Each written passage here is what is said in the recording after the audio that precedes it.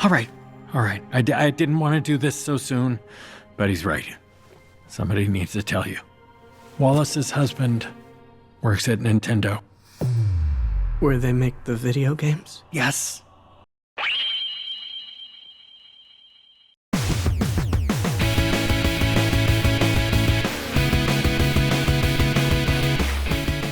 Scott Pilgrim Takes Off is a meta-analysis of Scott Pilgrim vs. the world. And my god, it's glorious. The Scott Pilgrim franchise has provided me with nothing but hits since it spawned into my consciousness many years ago. 6 incredible volumes of comics, a fantastic film, and now a terrific anime that took that book and movie and remixed their best elements in a way that I think might just make it superior. Spoilers ahead, obviously. The series revolves around Ramona Flowers' investigation into the murder of Scott Pilgrim. The suspects? Her 7 evil exes, which is coincidentally the topic of this video. Scott Pilgrim Takes Off is a redemption story for most of her evil exes.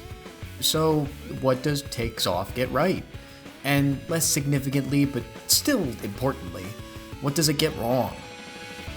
Let's find out.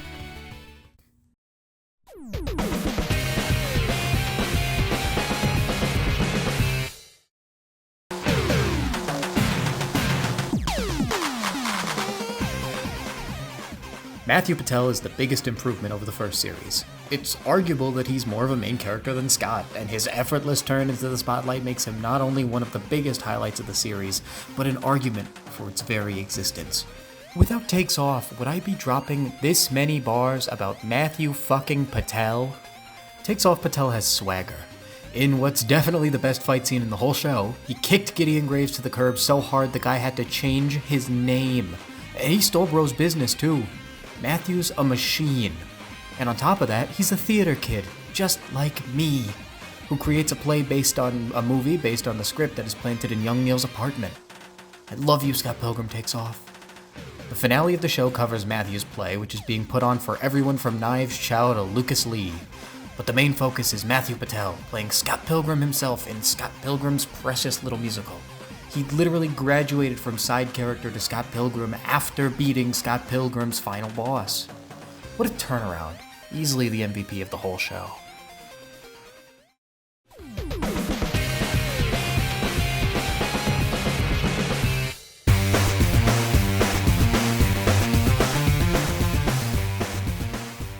From a one-note jerk to a genuinely caring guy over the course of the best episode of the show, Lucas Lee is so much more than what we're shown in the film. No, there's a Lucas Lee character, and Scott tricks him into grinding to death. I'd never fall for that. What kind of idiot would write this? This is his United States of whatever.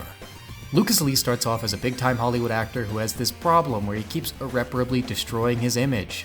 So, in a last-ditch effort to save his career, he agrees to be a good boy and joins the previously mentioned young Neil penned Scott Pilgrim's precious little life as Scott.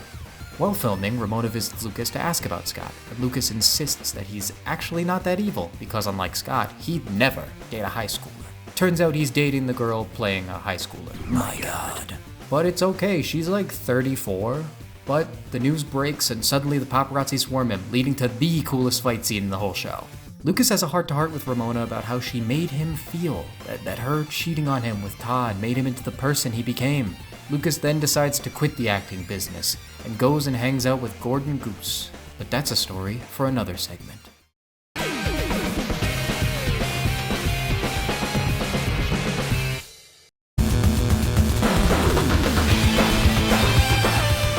Todd Ingram is made into a joke.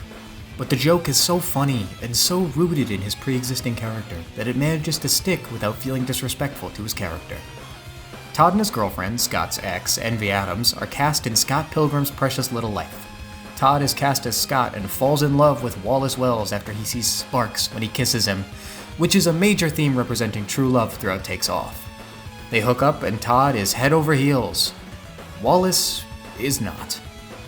Todd ends his relationship with Envy and breaks his vegan streak all for Wallace, who, like I said, ain't interested.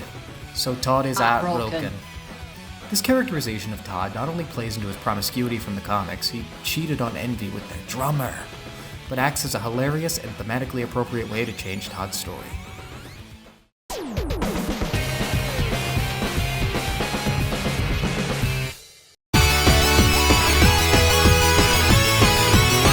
Roxy Richter is no longer a joke. Let's go, lesbians! But for real, in the book, and especially the movie, Roxy falls victim to being a gay character created in the mid to late 2000s, and all the bad that comes with that. After an admittedly cool fight with Ramona, Scott hits her behind the knee, and she comes to death. Like, I'll be real with you, love the movie, love Edgar Wright, that ain't it. So, take off. Roxy joins up with the evil Exes as usual, but when the goose is got and PATEL takes over, Roxy goes to deal with Ramona herself. And after a crazy fight scene where they pull a page master and enter the movies, Roxy finally fesses up. She felt abandoned by Ramona, like she was a phase. A joke. This emphasizes Ramona's guilt over running away, which is a consistent theme throughout the entire show. So Ramona apologizes, and to be honest, it feels like a writer apologizing to disappointed fans.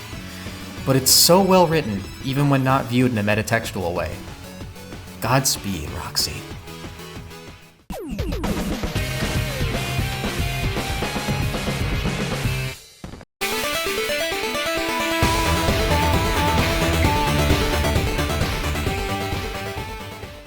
But that unfortunately brings us to the biggest missed opportunity of Takes Off, the Katyanagi twins. They are once again left in the dust.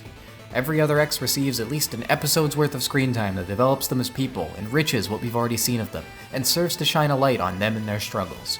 Not the twins though. They're relevant, creating the little robotic plot device that ends up saving Scott in the end, but boy howdy are they otherwise irrelevant. Their big new thing is being in a band with Scott, and like, that's it? Damn.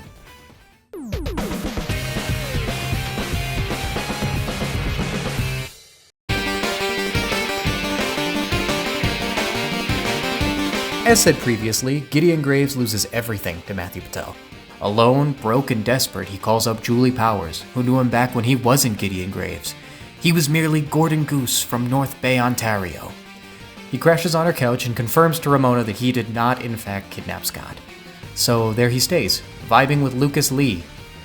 I like this change a lot. With Scott removed from the picture, Ramona's status as a prize is gone, which narratively leaves Gideon with nothing to do. And what do you do with a character you have nothing to do with? Give that guy nothing. And in that nothing he remains, until the end of the show where it's teased that he and Julie have something greater planned. But who knows if that'll ever happen. And that's Scott Pilgrim Takes Off's takes on the Exes. And overall, I'd say it does a very good job elaborating on and giving more depth to each and every one of Ramona's Exes, barring two very noticeable exceptions. But hey, maybe if we ever get that season 2, we can finally get the Katyanagi twin content we've all been desiring. Or not. Probably not. Alright, thanks for watching. Giving this YouTube thing a very consistent go for, so I hope you enjoyed this one. Next video will probably be about SpongeBob or something. See ya!